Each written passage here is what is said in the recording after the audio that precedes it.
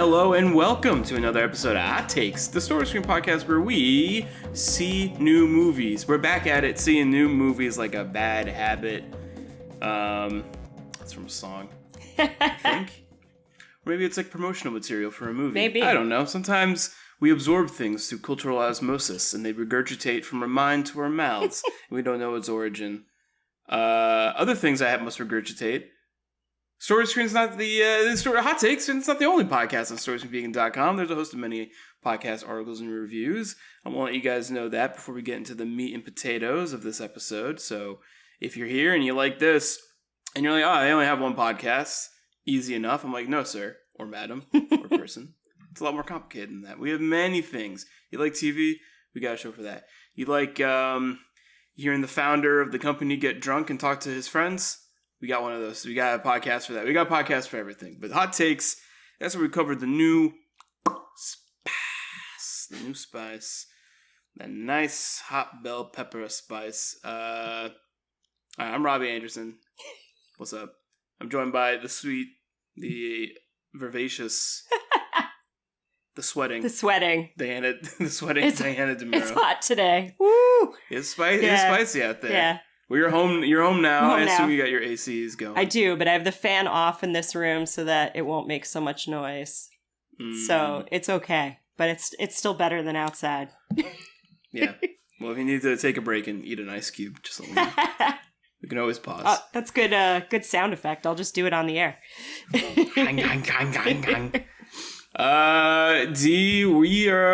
saw a movie at the Story Screen movie theater. Yeah. It's good to let people know we didn't watch this on a computer. Yeah. We didn't watch this on HBO Max. We saw it with like a pretty good group of people too. Pretty good crowd in the smaller black box room. They're all black boxes really, but this one's a smaller black box. Theater 2 for people who have gone the inside baseball. Right, at Story Screen Beacon Theater. At Story Screen Beacon Theater. We saw a movie called Werewolves Within. Yep. A movie that is a video game adaptation. You wouldn't really expect that as much, but if you're familiar with like games, I'm assuming there's like a werewolf game. If you're familiar with the game Werewolf, I wasn't actually until recently. But if you're familiar with games like Among Us, they're very similar type of. It's like Clue, the video game. Nice, but not Clue, the board game. Maybe it's a little bit like Clue the board game, but it's more like Among Us, if anything.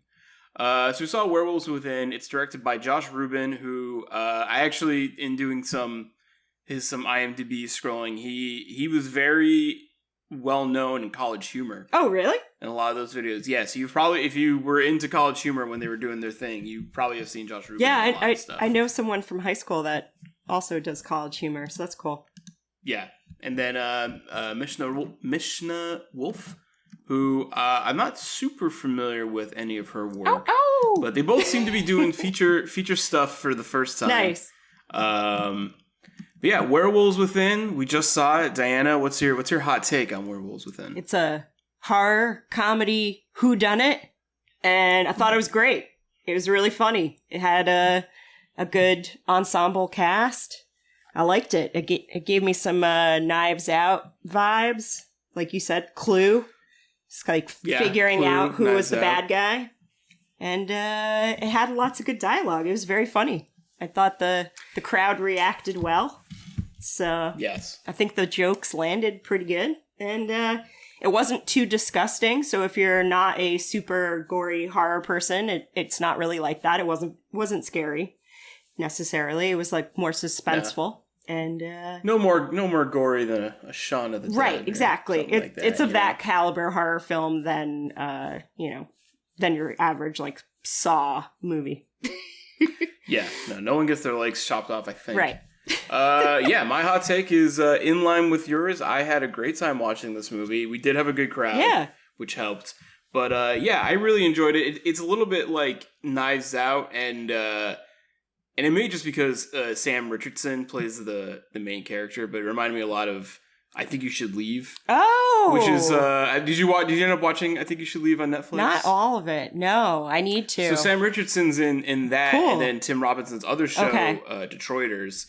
And the performances are similar. This is obviously a much more fleshed out character because it's not in a skit or a sketch. Sure. But in those shows, he can, the Tim Robinson's humor, and I think you should leave, is that very much like that awkward, like stuttering dialogue, like, they feel like they can't get like the words out almost. Right. That really good, like, awkward humor. And, I think this movie, like, on the comedic level, like, it's funny. The gags maybe like off the page are like pretty funny, but it's really the cast that I think really elevate this movie to something that's really special and really, really funny. And it's no one that's like too big name. They're all like a lot of sort of character actors or smaller parts, but they are all great in this. Or the AT&T woman. Yeah, I didn't know that because I guess because I don't have cable, I watch everything on the internet essentially, so I don't watch too many commercials. But now I'm gonna look for her. when your sisters mentioned it during our post movie watching, I was like, oh yes, that is AT&T commercials. AT&T lady. Okay, she was great. She was great. Yeah, everyone's great in the movie. I don't know how to say her name. It's kind of a mouthful. Milana Vontrub. I know. I feel like Vontrub. Yeah. Is it? Vontrub? Oh. Eastern European, maybe? Uncle Vanya Trub. my favorite play.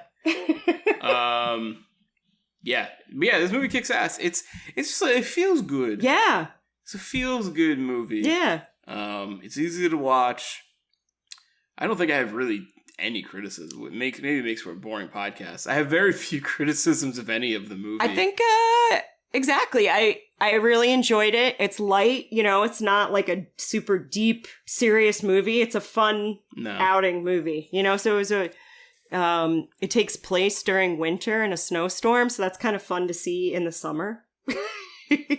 Now that the AC was pumping. Now that we're melting. Too, yeah, that's true. We were chilling in there. Enjoy the air conditioning and watch this movie. Yes. And just kind of like the various stereotypes of people that are in a small town in the middle of the woods or move to a small town. I think I found funny because more and more people are moving to Beacon, so there's some humor there. Yeah, we don't necessarily. I think one of the differences between like in that allegory is I think the main one of the like the inciting moments of the movie are kind of like with the through line, so to speak, of the film is that there's like they're in this like rural area and it's kind of like a more like where Knives Out, it's just like there's something going on with this family. Right. I feel like in other like Agatha Christie whodunits or even Clue, it's a myriad of people from different backgrounds. Sure. So in this movie, there's kind of like you have a few different people on like different like political spectrums almost. Yeah. And the movie I wouldn't say is too political. It's pretty like political broad strokes. But you have like some characters that are like there's one character who's trying to put a pipeline through this town. Right, that's sort of the deciding factor for the cast is if they're pro gas pipeline or against it. Exactly. Yeah. And then you have characters on either side of it, where you have like the guy who's trying to put it in, and then you also have a couple that seems to be based off of do you remember when like the Black Lives Matter marches were happening last year, and there's a picture of, I think it was like a mayor and his wife, and they had like guns on their lawn. Oh yeah, I mean that like became a meme, became a Halloween costume like of the couple with the guns. There's like two characters where I think they're based off of them. They have very similar kind of like look, vibes, and gun sizes. Very funny. Not spoil the movie. But yeah, you have like all that, and then Sam Richardson he plays Finn Wheeler, who's a forest ranger who's blown into town. Right, he's been assigned to that area. Yes, he's new. So yeah, I think the movie like it's very tight. I think it has really good pacing.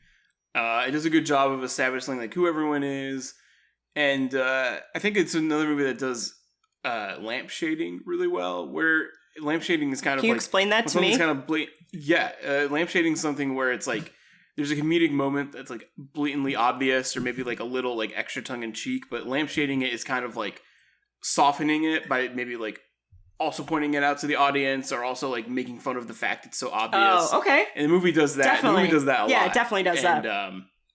But I think it does it. There's sometimes where lampshading can be a little cringe or it can be a little much where like it's covering up maybe a bad writing decision. Oh, you're like, okay. This is not great. And then someone's just like, isn't this not great? And you're like, That It's not doesn't great. work. Yeah. I don't like That it. didn't in this movie. Yeah, It's like, this movie doesn't really have that happen, I don't feel. no, but it does in a way where like there's things that are happening. It's like, isn't this blatantly obvious? But it's like it fits within the whole vibe of the movie. Like the film does not take itself seriously at all. Right.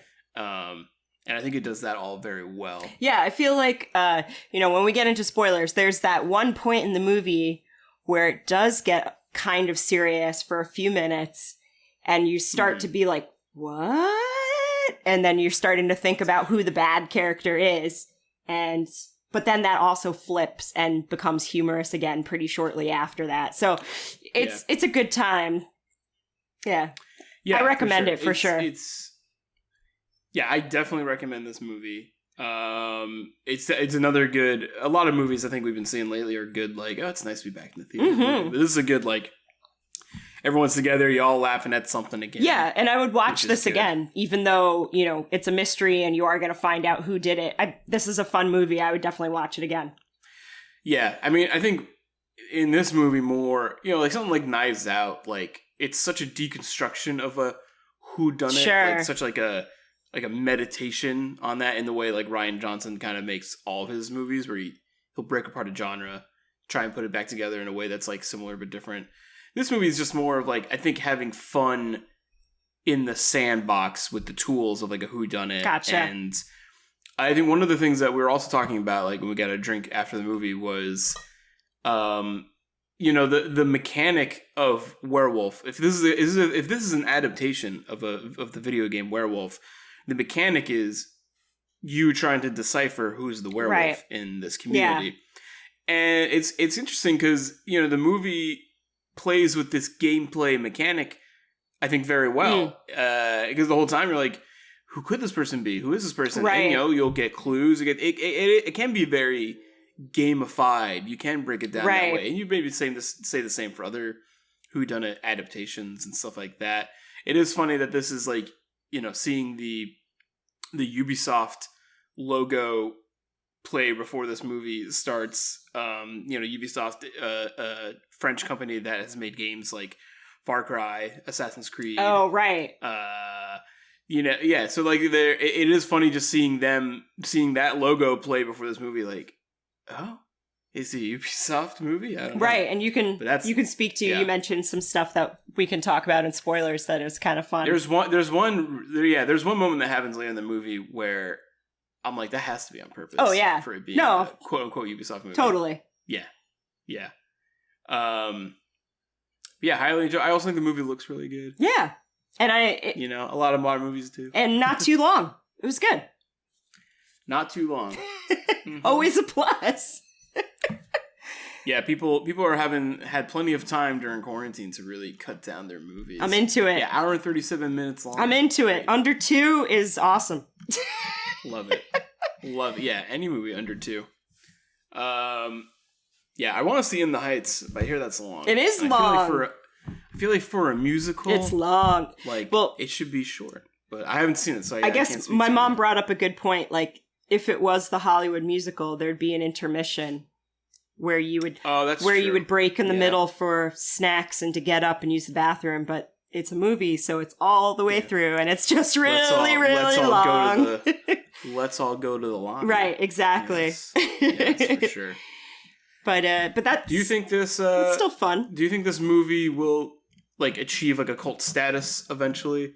I think with movies that are fun like this, I always have that question, like... I kind of hope it will, because I'd like to see, like, every time something is, like, interesting and somebody's, like, really hitting their stride, I'm like, oh, I want to see what they do next. So, I enjoyed this a lot, and it'd be fun to see if this gets a good following or good feedback, the director take that, and continue on. Yeah, I'd love to see. I mean, when College Humor was really doing its thing, like, I just started going to undergrad, Oh, okay. Like, not just when College Humor was doing its thing. It started doing its thing, but like when I was still in high school. But, I think like when it was hitting its peak in quality, I was hitting my peak being a college person. And yeah, it's crazy. Like I remember like a lot of those people, like Jake and Amir and Josh Rubin, and like a lot of the the people who I love, like, you know, College Humor fueled my love of sketch and made me like one of the factors of me doing improv like right after college. And like, you know, I always got so excited for when College Humor like released a new episode. Yeah. And you know, I don't think College Humor really exists anymore, or at least not in the capacity it did. I'm not super sure about that. I haven't checked it out to actually see. Yeah. But yeah, I always love that stuff. And it's cool. Like, I remember there were a few, like, Josh became more of a director for a lot of the sketches. And, like, they always looked really good. And they're always, like, produced super well. And it's really cool seeing this kind of, like, it feels like a extra long, like, really solid College Humor sketch. Yeah. And I really like that about it. The characters as an ensemble are kind of like a really hilarious improv troupe. Like, they all kind of play off of each other. Play off each other. Yeah. Yes, They've got good dialogue. They all have, like, their specific quirks, but they are supposed to kind of know each other, which is awesome, because then that gives more, you know, fodder for all this, like, mayhem that happens. Yeah. Did you ever find out where this was shot? I didn't. I was curious. I have one of my friends, we're friends in real life, but we are mostly friends on Twitter. I think that's how we started talking.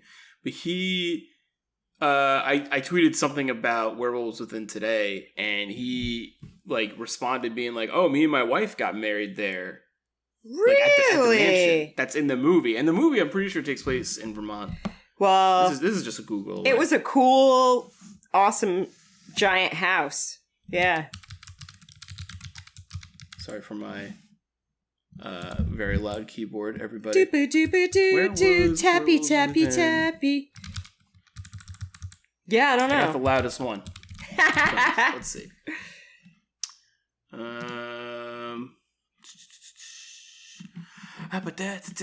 Filling up time while I read stuff. It was filmed in the United States. Well, all right. At least it's not Canada. It's not Canada. I would have just assumed Canada. Yeah, I don't know. Right? Like, just seeing how snowy it was. So much snow. Well, we'll find out. I'm not going to waste any more time. We'll report back. We'll find out. We'll do another episode where we specifically talk about where it was. Well, that's fine. Tis what it is. Yeah, good movie. Recommend it. Fun cast. Fun cast. We'll get into that a little more. We'll get to it in spoilers. Yeah, not too much to say in the spoiler-free section. Go see it. It's showing right now. Go see it right now. It's a fun movie. It feels good to watch. If you can go with a group of people, I think that would make it all the better. Yeah. Bring a cocktail into the theater. We're a place where you fucking do that. So. Yeah. I mean, definitely this. Cool. Yeah, this was a movie where I actually enjoyed that there were other people in the theater that I didn't know that were enjoying the movie as well. Because like the couple next to me, she was cracking up, and I was like, "This is great." Yeah, it would suck to see this movie with like. It's a type of humor where, you know, I guess you could be with a group of people where it's like they don't get it. Sure. You know. Sure. But it's not so intense where it's pretty it's an accessible movie. I agree. This is not killing of a sacred deer. No, it's not. This is not spaghetti scene. No, it's not. This is not a spaghetti scene. No, this is a nice classic whodunit. Right. Even more classic, I think, than Ryan Johnson's whodunit is more of like a postmodern. Yeah. I do want to watch that again. Knives Out is good stuff. I think I watched it again over the pandemic, and I was like, still good. Who would have guessed? Who would have known? Still great. Still good. Perfect. All right. Should we spoil? I think we're ready for spoiler time. All right. We're going to take a break, and when we come back, we're going to tell you who the werewolf is. And who dies. With any good werewolf, there's some good deaths. Yes. All right, we'll be right back.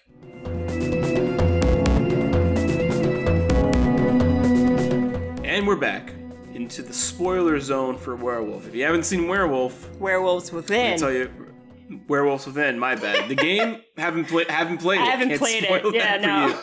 I'd assume there's some level of randomly generated. It can't be the werewolf the same werewolf every time. That would make the game not as fun. Right, that's true. Whereas in this movie, there can only be one werewolf. Maybe they should have made like an interactive movie, like a choose your own. You know, like you're watching. I loved those. Walk into the app. Yeah, I love the choose your own adventure aspect of stories. But yeah. Yeah. Well, in the future, let's talk about this kooky cast. Choose it in our minds.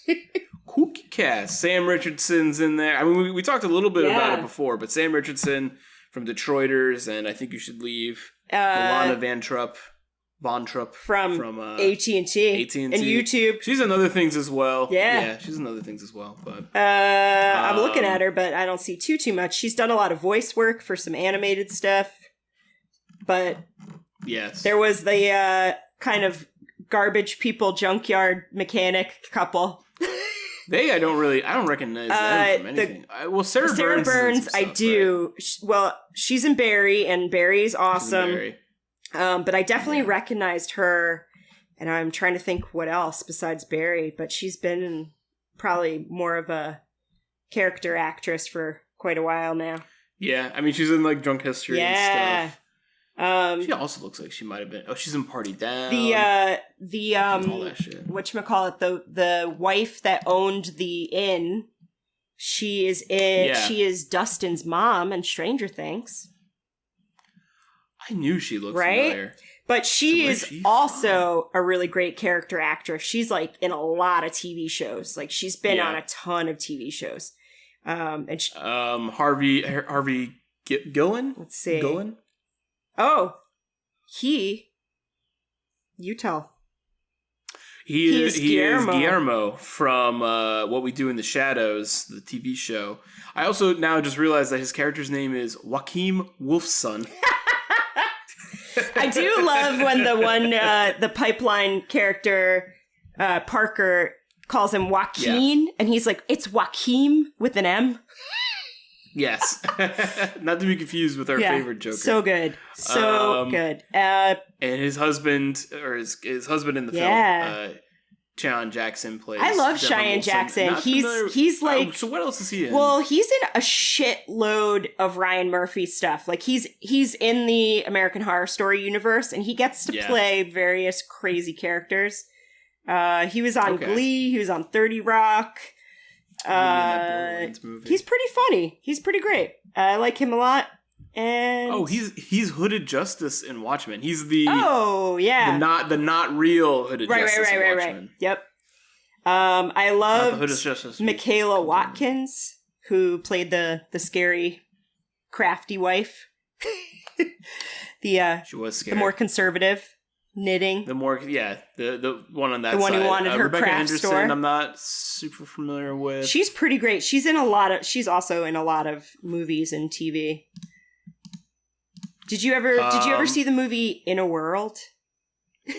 I did see In a World. I do like that movie a lot. She plays her sister in that. Oh, okay. She also, if you watch Big Mouth, she's Cantor Dina. Oh, word. Which is I love awesome. Big Mouth. I love Big Mouth. You can't watch Big Mouth though when you're I've made the mistake so many times where I like get home and make something to eat. I'm like, going to watch Big Mouth. And it's so gross. I wish I didn't. Because it's just all jizz all the time. All jizz and God. And worse liquids than that. I love Maya Rudolph so much for Big Mouth. Not to get on a tangent, but man, when she's just like, she's like, I don't use deodorant and I just take bubble baths. I'm like, I love bubble bath. That's pretty. That was a good Maya Rudolph. She's so good. Like she's so good. I love that show. I feel like that show gets a lot of hate just because it's very good. Oh, okay. like all things. Yeah, that's like when I have shows like it's that. It's not getting that much hate. They make enough. They make enough seasons. They will continue to make seasons. But there's like always a weird subject of people being like, I don't know. It's like, I don't know. I think that show's pretty. What? It's crass without being like throwing anyone under the bus. I think, that's true. You know? And I think that they have kind of like learned from their mistakes and acknowledged certain things and recast characters using people of color that, Jenny Slate was doing the one voice of the one character and they recast her and it was like no big deal. And the new person is awesome. It's a pretty funny show. It's good stuff. Yeah, I like it. And then a character that we were trying to figure out who was playing him because there's something in his eyes. Oh. Like, I think we know who this guy Yeah. is. And Glenn Flesher plays like this huntsman character, Emerson, and he's in mad shit. He's in Joker. He's a true detective. He's in True Detective. Ugh. He's in Hannibal. Yeah, he's like your go-to scary looking dude.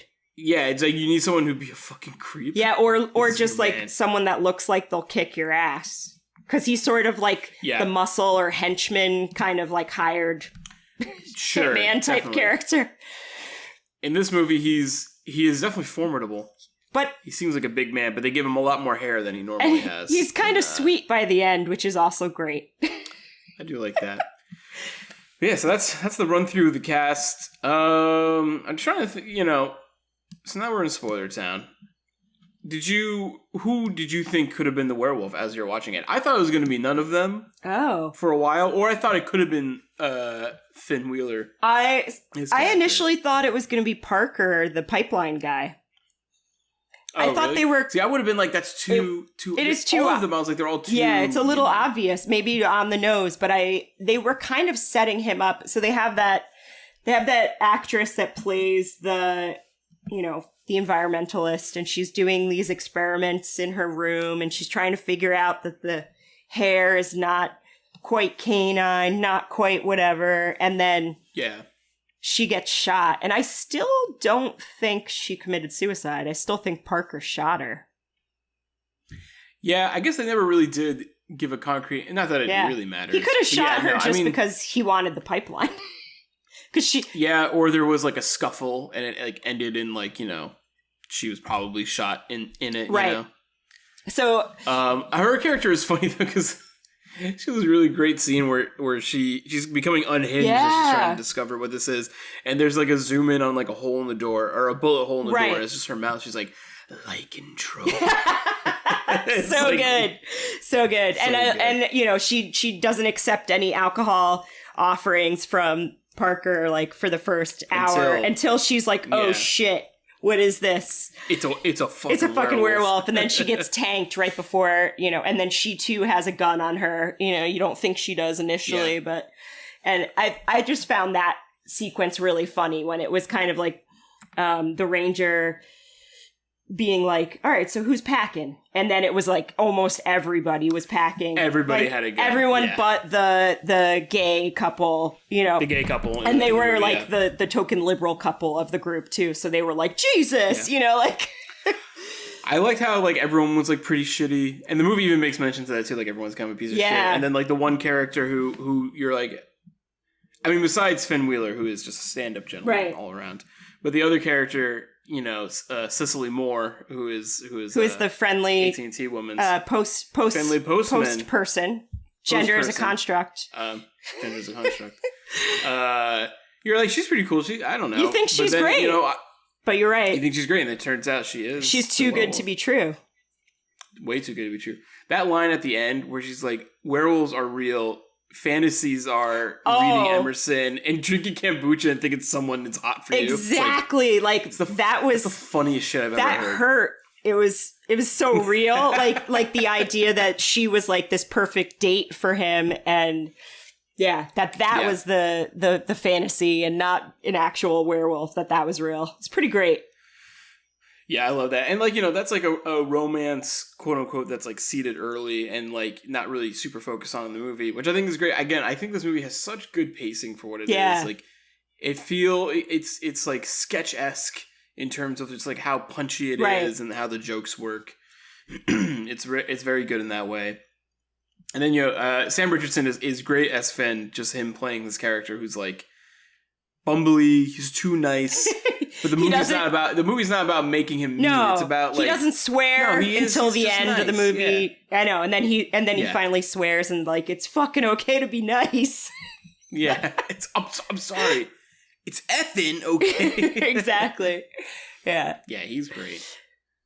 But I also like that, when they're kind of like planting the seeds of this romance early on, they don't make her too syrupy sweet over the top. Like the fact that like he takes a phone call from his ex-girlfriend, she's like, "Are you fucking kidding me?" and walks away. Like that's a real response, you know?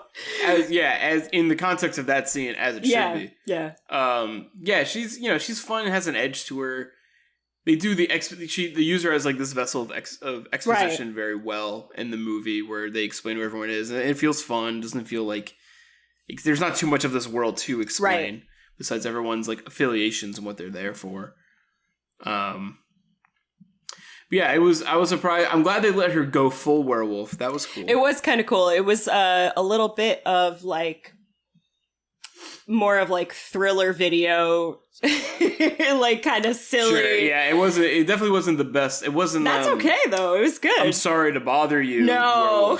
CGI where that. Oh man. Or there's no werewolves in Sorry to Bother You, but just no, I know horsemen. That caliber. That caliber of animal. No, I enjoyed like the lead up though, when just like her nails were getting sharper and she was like being menacing and just like starting. That was pretty cool. That's what I think of in like traditional, because I feel like that's like the werewolf transformation is usually like a slower, like the bones have to break and reform, and then finally you see their reformed body against the silhouette of the moon as they howl. Like, I loved that. You don't get so much of that, but you get enough. Yeah, I loved that she was so like, girls gotta eat, you know, like she was just like, now I have food for on ice all winter, you know, like she was just like very matter of fact about everything, which was pretty great. Yeah. And I liked that, you know, you had little things like the innkeeper coming back at the end telling them to make their own damn sandwich. You know, like it. Yes, like, that was pretty fun. You know, it was kind of like empowering for the kind of mom that got left behind. Yeah, a lot of good scenes of just like them accusing each other, and then you as the audience being like, well, they all bringing up pretty good points, you know, like they all could be. And then, like you said, they're all kind of terrible, so then they do kind of just take each other out without the werewolf having to kill everyone. I think the werewolf doesn't really kill any of the main cast. Right. They were... Because she bites off that one dude's She was hand. the inciting incident because she killed the innkeeper's husband. Yes. And then buried him under the porch, which seems weird. Why didn't she just eat him? Maybe she was saving some of him for later? I think she wanted them to find the body. Yes. Okay, that makes more sense. That makes more sense. Yeah. She wanted them to all be on edge. That makes total sense. Yes. And then the fact that she's sabotaging the snowplow repairs and they all kind of get... And the generators. Yep, they kind of get stuck with each other. I like that. Yeah. Yeah, it's a solid setup, and like, you know, it's a movie that doesn't have too many frills on it. It's just which is good, tight, nice comedy. Yeah, exactly. Not trying to do too much.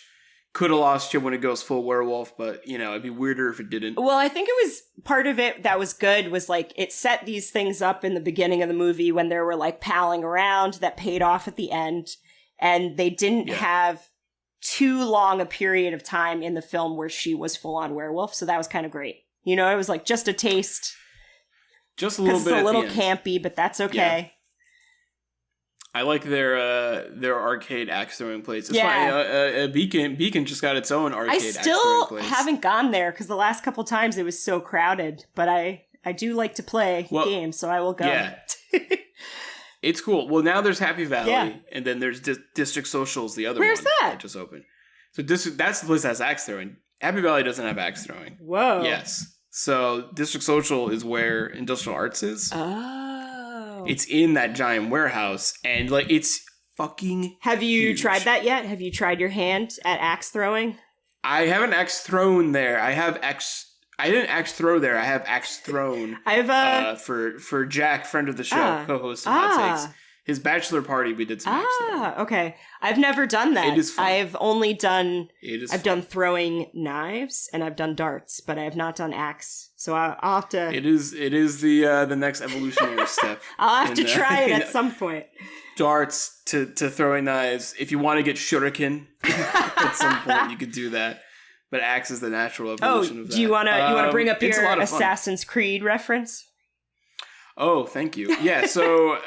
I don't know if I'm like the only person in the movie who was able to put all this together, but there's a scene where what is it? Sam Parker goes full.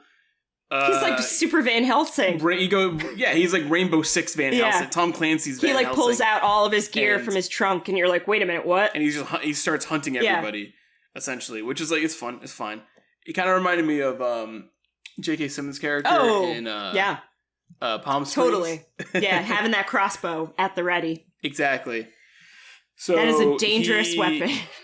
That's a dangerous weapon, and he knows how to use it. So he's going hand to hand with Finn Wheeler towards the end of the movie, and it seems like Finn has the upper hand, and he pulls out like a blade under his wrist, which is the signature Assassin's Creed weapon, right, and stabs him. A game made by Ubisoft, and I was just like, this has to be on purpose. I'm sure it was. It probably was. Has to be, and he stabs him with a hidden blade, and I think I tweeted today, I'm like, what is it? Werewolves Within is the best Assassin's Creed adaptation we've ever gotten. Nice. We do have an Assassin's Creed movie, but Michael Fassbender just scratched the back of his neck and didn't know why. He felt a hot pain, a very hot pain behind his ears. Oh, it's okay. He's fine. He's got enough money. It's okay. You think they could just make those games are already movies. Yeah. They don't need to make a movie. Yeah. Maybe not. Maybe not. Or they just try and make a good one. I don't fucking know. I don't make movies. I just talk about them. That's what I do. I thought that was a had to be Assassin's Creed reference. Had to be. I definitely liked the kind of in a more classic horror movie structure. I liked the Harvey Guillen, the Joaquin character coming back to shoot when you think he was already dead. I kind of liked that. That was the cool. End sequence of events. He saves Cecily, and then Cecily turns out to be the werewolf. So there were some fun twists towards the end of the film for sure. I did like that. I like that Joaquin and Devon were like, they're like little, they're the characters who I align with politically. Seriously. But like they're rich, And I love that they. And it's just like, well, I can't really identify with I know, and it was humorous because one of them recognizes that. He's like, well, we can't say that. We're billionaires, and the other one's like, are we? Yeah, it's like we're billionaires. Like, are we? Like, yeah, we are. Yeah. Harvey Guillen though gets just typecast in spooky vampire or werewolf shows or movies. I guess he's a lot of fun. I'm into it. He's a lot of fun. He does well with the supernatural. Yeah, so everyone gets taken out. We see villains, we see heroes. Emerson comes in to save the day. Yeah. Unexpected, but makes sense because you're like, where has he been the whole time? Right. Running Running around. Show back up. And then he makes that killer Mr. Rogers reference, which is also, there's a Mr. Rogers quote in the beginning of the movie that's presented super spooky, and then it's like Mr. Rogers. Right. So that was good. Very, very solid movie, man. Very good. No complaints. Lots of payoffs. I enjoyed it a lot. It was a lot of fun. Yeah, very, very satisfying. If you're watching it and you don't think it's funny, just like, you're not meant to have a good time. Yeah. You do sad sack shit. Yeah, we don't need that. That's fine. So no, I don't need no sad sack shit. There's other movies you can see. Yeah, you can watch. I don't fucking F9. know. You can watch The Joker. You can watch The Joker. You watch F9, which is a very serious piece of cinema. I'm sure. I cannot wait to see. I'm getting ready. F9. I want to see it. I just did the video on all of them. You're pumped. You're ready. I'm ready now. It's crazy to see how the arc. If you're listening to this, go on over to our Story Screen YouTube channel and watch Robby's video that recaps all of the Fast and the Furious movies. And then you're totally all set to watch F9. I do think it covers all the ground. I do think if you watch that video, you will be ready to see whatever the fuck they You'll be schooled. Next. Exactly. Yeah, you'll get an education in NOS. Yeah. NOS. All right. Well, any closing thoughts on Werewolves Within? A lot of fun, really satisfying, and I felt like it kicked off really going back to the theater. I know we've already gone to the theater, but it was lower capacity. Yeah. And I know. Yeah, this is the first normal we got the vaccine juice now. Yeah, it felt normal in the sense that I was like, oh shit, is that guy gonna not turn his cell phone off? I'm gonna be annoyed. And that was the most normal I've felt in a really long time. something comforting about someone being very Yeah, inconsiderate. exactly. You're like, oh wait, people are comfortable enough to be dicks again. Cool. Yeah, I'm there for it. The world, nature is healing. People have returned to their common core nature of being a little shitty most of the time. Yeah. On a movie like this, you probably don't get too many people in the... So I feel like you're watching something Fast 9 in a crowd movie theater. Oh, yeah. So you were watching Endgame, and someone's on their phone, and you're like, what is more important than Endgame in this moment? Nothing. Yeah.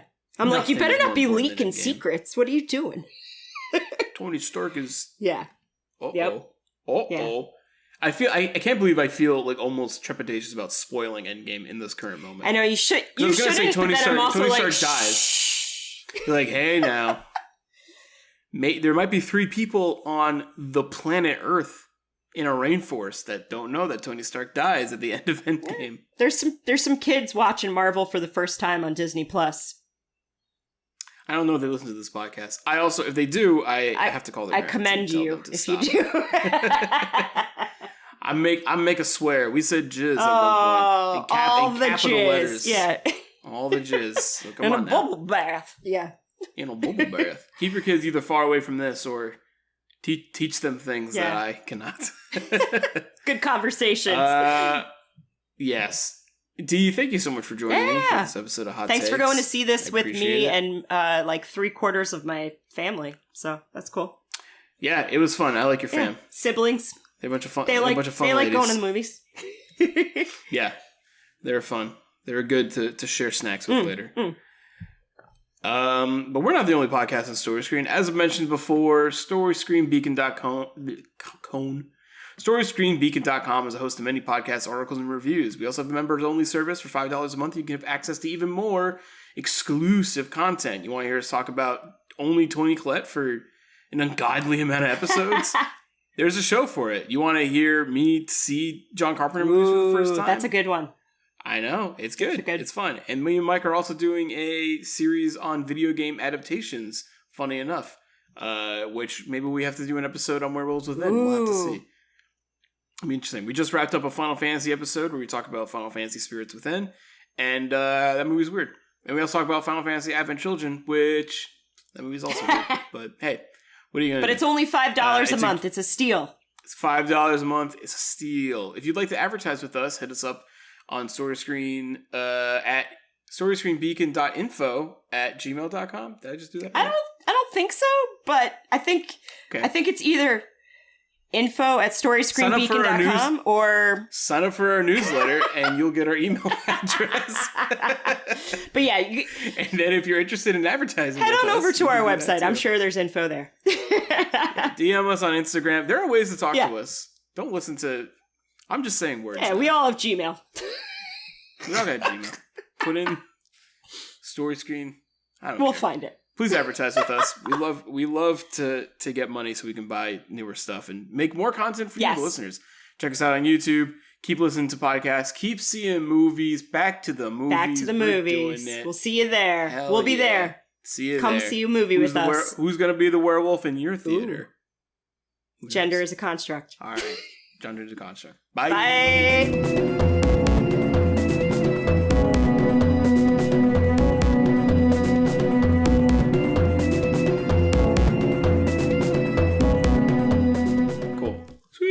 Good to go. Okay. I'm actually going to move my mic a little bit closer to me. I'm just going to move my keyboard because I don't fucking need it. There we go. Nice. Oh, yeah, it's weird because the camera is side view for you now. Well, now if I'm looking over here, yeah. So you're on my MacBook. So I can, I can look at the camera. But if I'm looking over at Audacity, it's on my... Gotcha. I have Audacity and IMDb on the other screen. Gotcha. Cool. All right. Ready. Hacker.